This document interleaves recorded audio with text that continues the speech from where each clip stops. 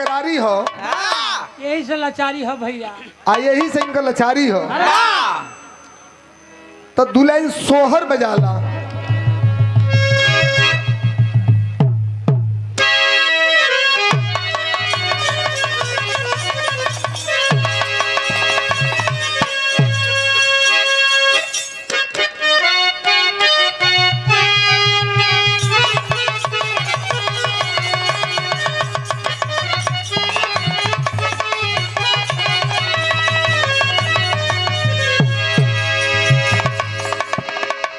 सोहर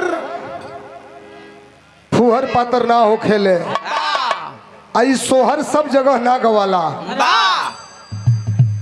इस शुभ जगह पर जेकरी मन में उत्साह हो खेला, उमंग हो खेला, खुशी हो खेला, ओकरे कार्यक्रम में जब हो खेला, कोनो बेटा का जन्म हो खेला, छठिहार हो खेला, तो सोहर गीत गवाले। तो सोहर गीत गवाले तो सोहर गीत पर मोहर लोग देला, ज्यादा ना 4 लाइन। कैसे बाबू? लोग देला ना।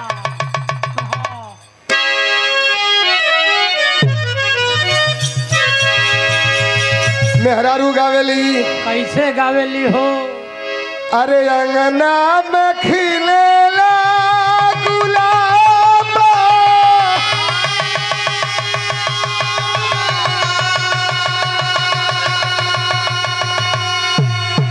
दुआरे फूल केसरी, दुआरे फूल केसरी,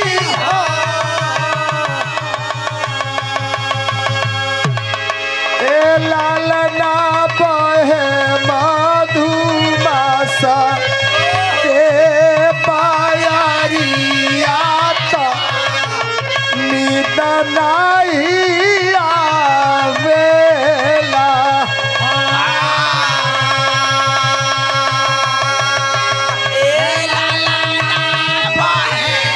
मधु के पायरिया, तो नहीं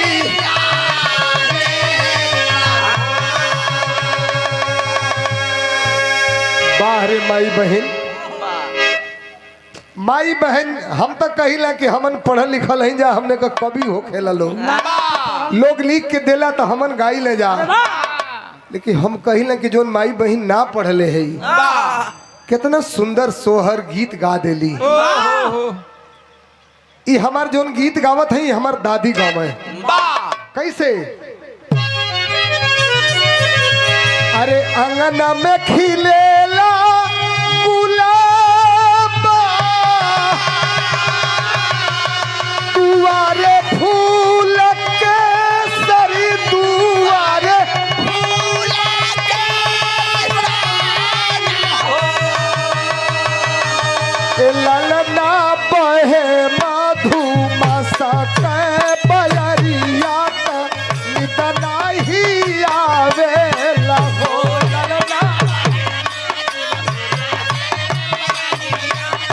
नित नहीं।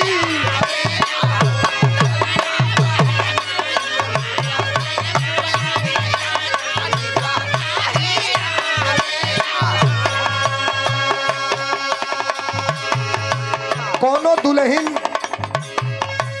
प्रसव अवस्था में हो, वो का प्रसव होखे वाला हो, और मार छटपटा आती है बेचारी। अब तबले जोन घरवा सासू है ई आगम पा गई कि आज हमारे पतोहू का कुछ होखे वाला है, होई। आज सासू माँ कैली पतोहिया सोचत को बात, कैसे कयमा के जगाई, त कैसे बताई, त कैसे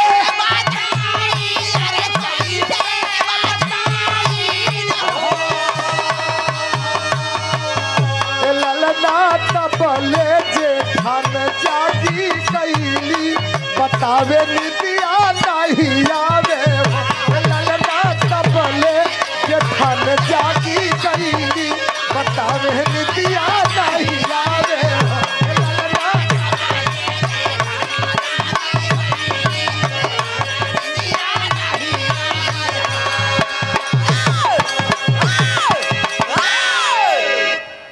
वो बेचारे पीड़ा अवस्था में परेशान है। और तबले बड़की जेठनिया जाग गई।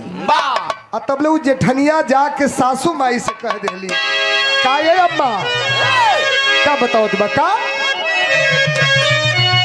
कि सासू मोर धागरनी बोला सुनत धाई आवे सुनत धाई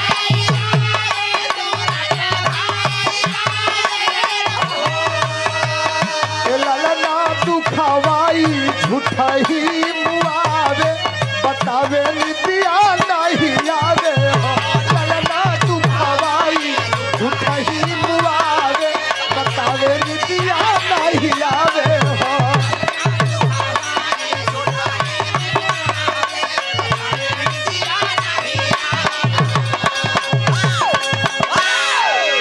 लड़का हो गई। जब लड़का हो गई वही में गांव का कुल माई बहन जुट गईली। अब फिर तले गीत का लाइन बदल देते ही।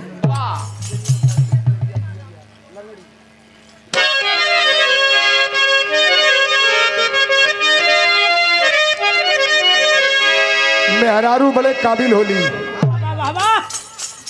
बाहरे मतारी बहन का गावेली कि केनिया से आवेले पी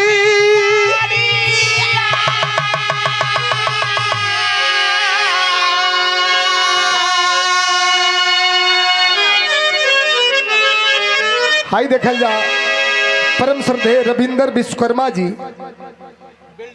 बिल्डिंग वाले बार विश्वकर्मा भैया भगवान विश्वकर्मा के वंशज हैं। भगवान विश्वकर्मा इस सृष्टि के निर्माण करता है। अब रविंदर भैया के बहुत बहुत सादर प्रणाम। हाई जे लोग खड़ा हो आप लोग बढ़ जाएं। हमके बड़ा कष्ट हो भैया हाथ जोड़ी हो अशोक भैया कोनो व्यवस्था बनावा। हाँ भाई ने तो खड़े खड़े गोड़ भारी भी हो जाए।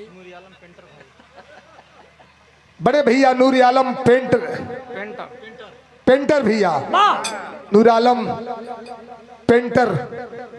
अब भैया की ओर से बहुत बहुत रुपये का सम्मान मिलल। बड़ा सुंदर पेंटर हूँ भैया। जेकर जरूरत हुई भैया का नूर आलम भैया से आप मिल लिया। घर का खूब सुंदर ढंग से ई पेंट करेलन। मतलब तू करा लेता उनसे। ठीक हो हमरो जरूरत हुई तो हम काहे न कराई। पहले तोहार जरूरत है। तू कैसे जाना था हमके मालूम हो। आगे बढ़ो। दुल्हनिया फिर लय बदल देली का बदल देली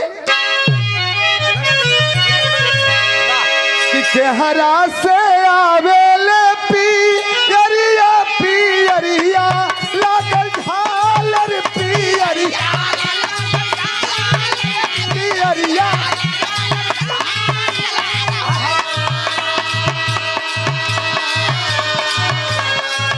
चेहरा से आवे पियरिया पियरिया लागल झालर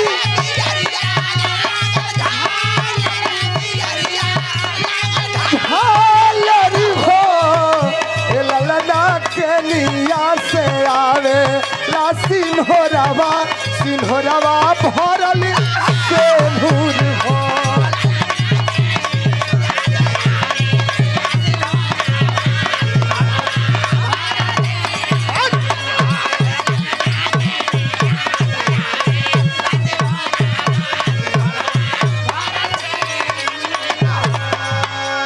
यही में मेहरारू कर जवाब गा देली।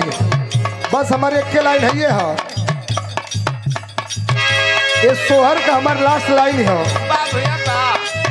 अब इन अशोक भैया का अब इन पता नहीं लगल। ए बिमलेश कहाँ भुला गई हेलो जब हम बैठ जाए तब कोनो बात ना है। वो मैंने हमने कर ली घर का बात ही हो। बराबर हिस्सा होला। मेहरुआ जवाब देती है नैहरा से आवे ले पियरिया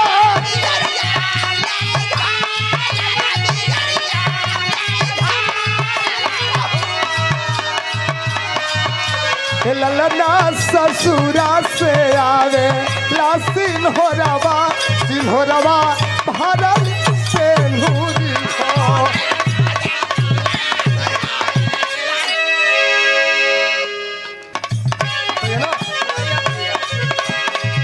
गुरुवरी गणेशा गुण करिया तो बच्चन दी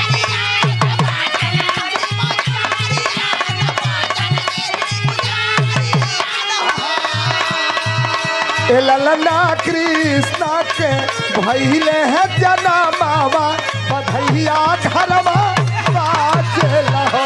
ए ललना कृष्णा के भैले जना